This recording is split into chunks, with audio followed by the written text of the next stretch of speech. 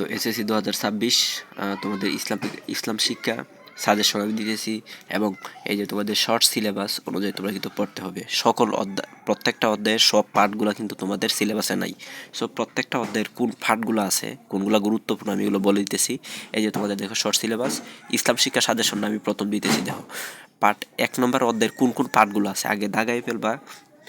এই যে 1, 6, 7, 8 এবং 10, 13, ঠিক আছে। এবং অধ্যায় 2-এর যে পার্টগুলো আছে 1, 5, এক পার্ট 5, তারপরে 9, তারপরে হচ্ছে 10, 12, 14, 15, তারপর 19, 21, 22, 23, 24।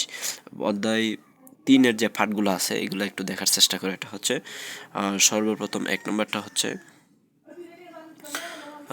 2, চতুর্থ অধ্যায়ের 2, তারপরে 3, তারপর হচ্ছে 10, 15, খুব কম অনেকগুলো অধ্যায়, এগুলোর মধ্যে সবচেয়ে কমগুলো দেওয়া আছে এখানের মধ্যে।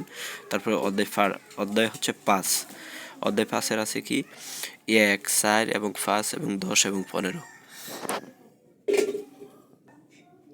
আচ্ছা, যে অধ্যায়, এই অধ্যায়গুলো তোমরা আগে কি করবা, কিভাবে পড়বা আমি জাস্ট একটু বলে দিই। এখানে ইসলাম শিক্ষা সাজেশন আছে, আমি একটু পরে তোমাদের এই চ্যানেলের মধ্যে হিন্দু ধর্ম সাজেশনটা দিয়ে দিতেছি, ঠিক আছে। এবং কিভাবে পড়বা আমি বলে দিই।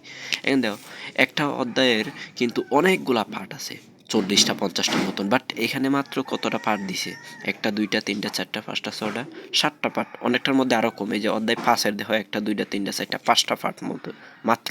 এই 5টা পার্ট ভালো করে পড়তে হবে মেইন বইয়ের।